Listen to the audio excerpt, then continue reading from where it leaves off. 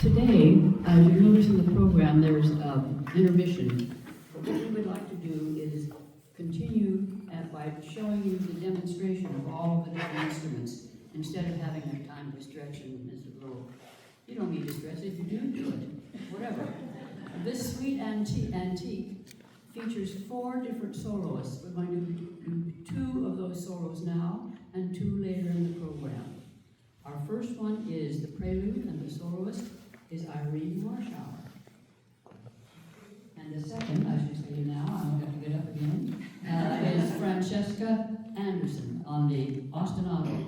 And I always have to explain that the ostinato is not another car.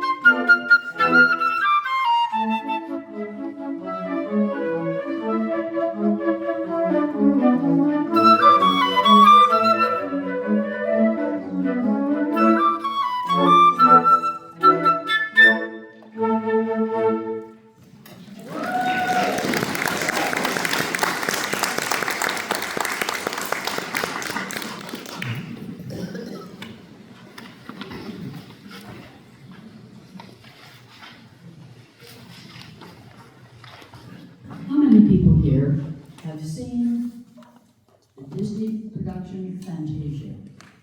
Everybody? Yes, just about everybody. Well, you may remember in that film, there's one scene where Mickey Mouse runs around and trying to stop without the sorcerer. Well, Marty has arranged the orchestral version of that piece, which is very complicated, for the flute choir, and it's really complicated. We work very hard, and we're very proud of what he has done with all of these different kinds of arrangements he does for us. So, that's the story, Sorcerer's Apprentice. You probably know the whole story, but the music will tell the story.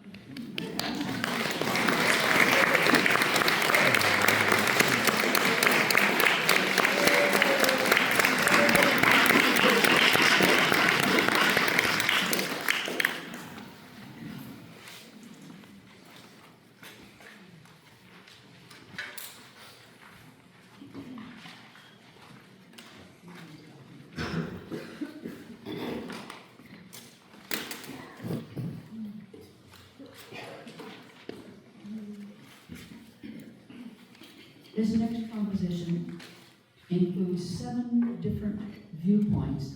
The woman who wrote it was sitting on her balcony, and she just decided to make a musical version of all the different creatures that she saw. And so you have everything from the hummingbird and the leaf critter, sometimes called a katydid, and on and on.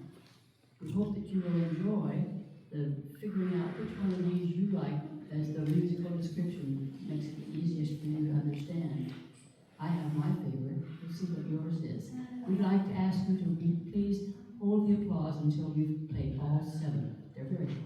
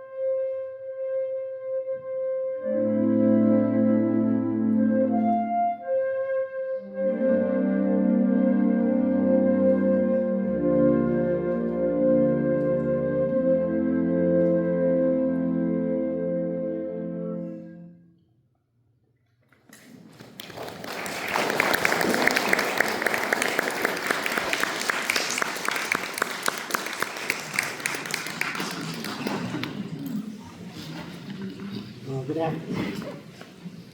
Hello? Hello? It's on, should be up. Put it right up to your mouth. Hello? Can you hear me? Okay. No. Try this. I can hear you. Hello? That's why we have backup. Well, thank you for coming today. It's indeed a pleasure to be here, and thank you for the invitation to come back again this spring. Right up to your mouth. And thank you. And it's such a pleasure to play in this auditorium. The acoustics for us are really quite remarkable, and we really do enjoy being here.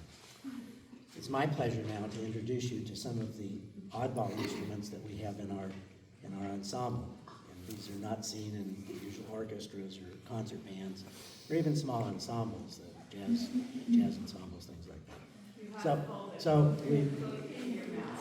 So anyway, the first instrument we're going to demonstrate and show you is the bass flute. 8 feet of plumbing. Can you show us a good sound for us? See down the low sound.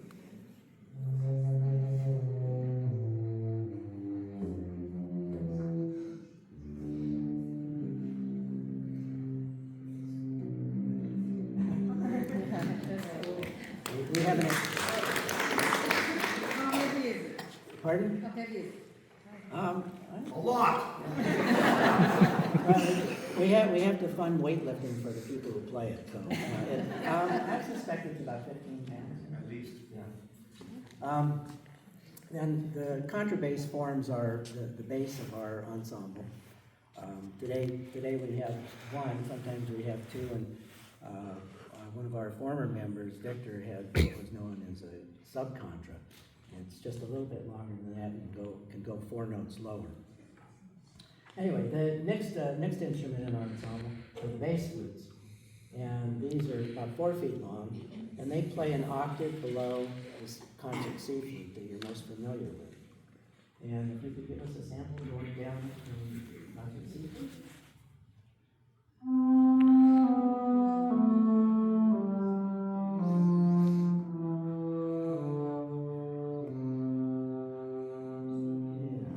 Very nice mellow sound. And now we're getting to the instruments within our ensemble that you're more likely to see in a jazz venue or a small ensemble venue or in the orchestra. And the next instrument we have is our alto flutes. And you notice some of them are straight and some of them are curved. It depends on how long your arms are, whether you get a curved one or straight one. And these are just, they play just a little bit lower than the C flute. But what they do is the lowest octave in the C flute isn't our strongest octave. And this instrument can magnify that lower octave and is a big help if we want those low notes.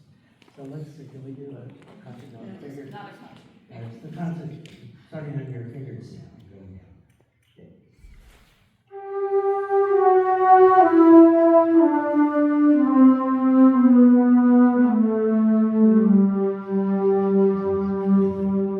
Very nice mellow sound. And now we have our C flutes, and we're gonna have show them up there. These are the ones you're most familiar with.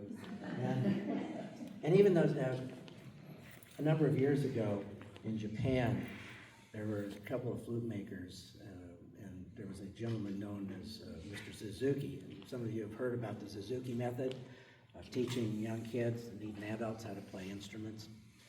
And Mr. Suzuki he originally started as a violinist and was teaching violin, and then it expanded to other instruments. But he wanted to be able to get youngsters who hadn't quite grown to fit the size of our standard C flute to be able to play. So what he did is he had one of the Japanese flute makers make a flute that has a curved head joint, so kids that don't have long enough arms can start playing the C flute at a much younger age. We don't have any of those in our ensemble. So if you could start on a high C above the staff, and we're going to go down 2 octaves so we can demonstrate the middle and lower strings. Okay.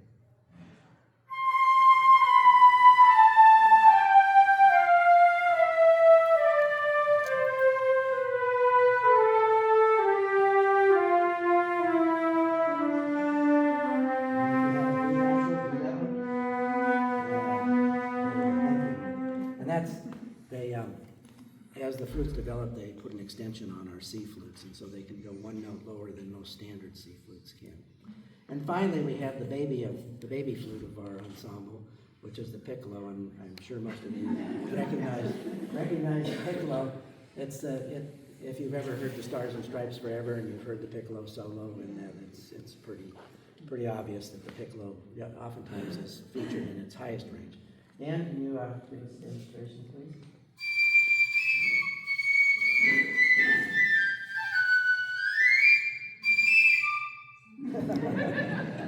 So so that forms our ensemble, and there are a number of other instruments that we don't have in our ensemble. They actually make bigger instruments than our contrabass flute. There's a sub-contra, and there's a double contra, and there's even one bigger than that that's made out of PVC pipe. They're very expensive, and the functionality of these instruments is questionable compared to you're spending a lot of money for a couple notes. So we don't have those, but there are some ensembles in the United States that do have those larger instruments, and we frequently see them at our national convention.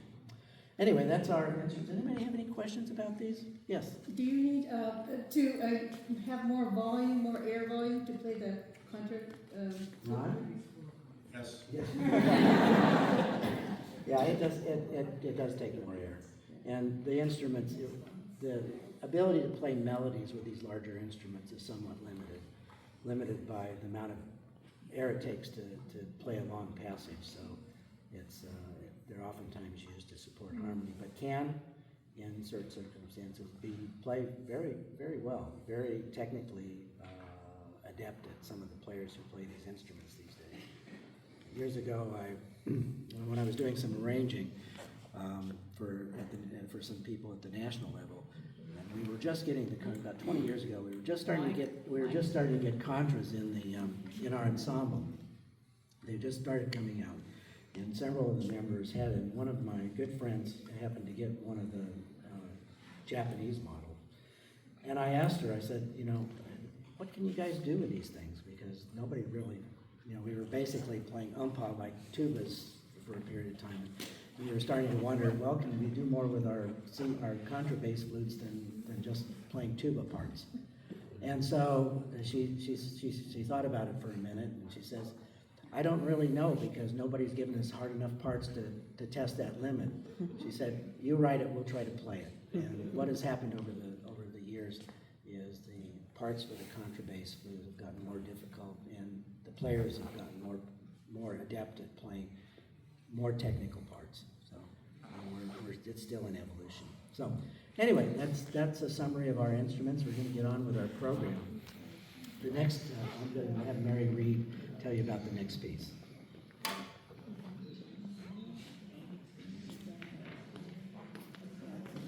Thank you, Marty.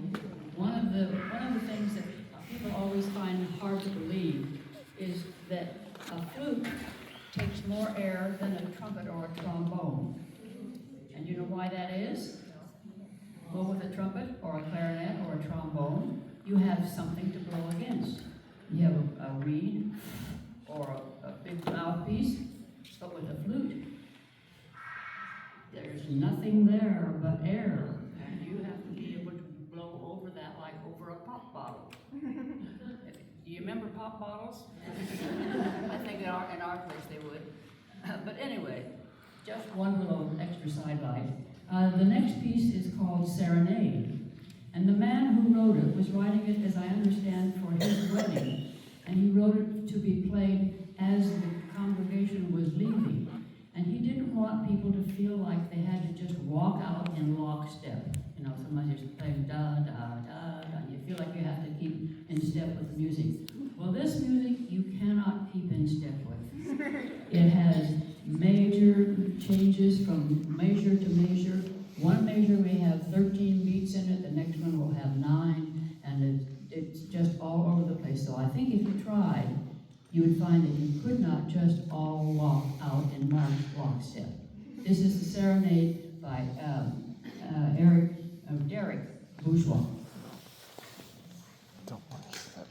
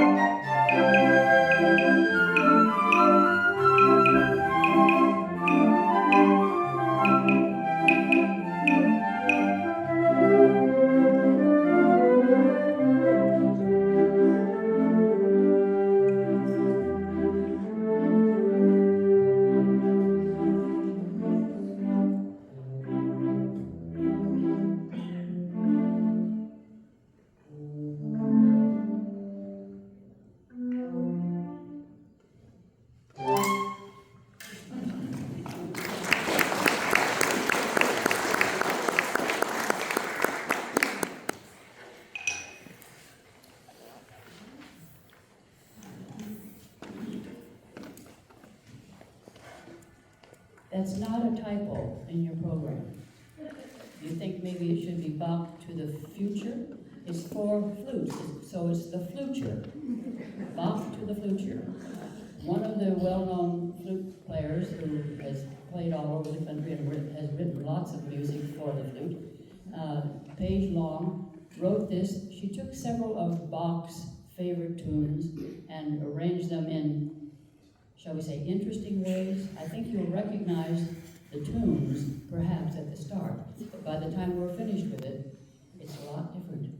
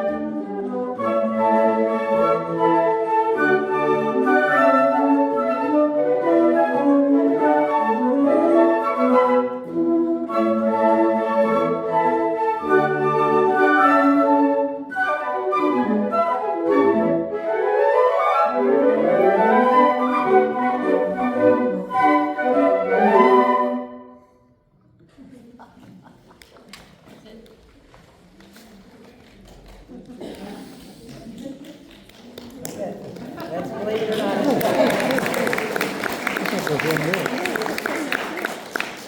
you really didn't recognize it, did you, by the time we're all finished? We're going to finish the last two numbers for the Suite Antique, and the third number is the aria, and the soloist is Pat, thank you. Pat Walton. And the final will be done by Kirsten Anderson. Price. I made it up.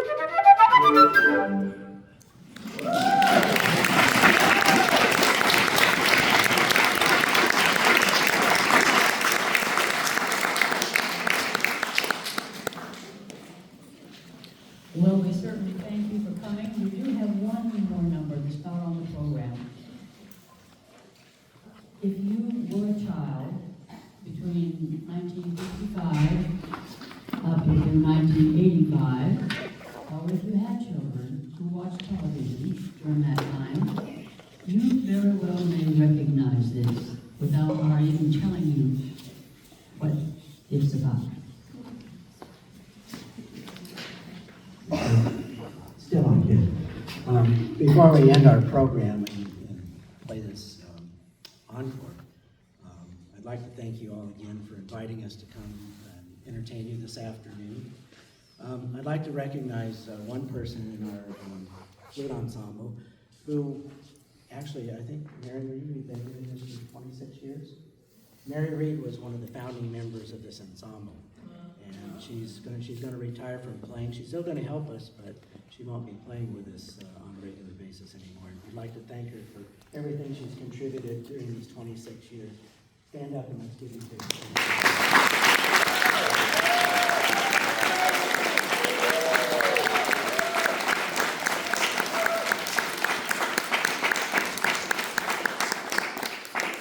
Finally, I'd like to thank the members of my group. They show up to rehearsal every Thursday for the most part, and obviously, I say that kindly, not in any other context, because a lot of them are professional musicians and teachers, and they also have other responsibilities, so it's not uncommon that they might not be able to show up to the ensembles once in a while. And the members graciously substitute for their members, filling in for parts when they're absent so that we can have a full ensemble rehearsal. And I'd like to thank them, particularly for this concert. This concert was exceedingly challenging and difficult, particularly the Sorcerer's Apprentice, and I'd like to thank them for all the hard work.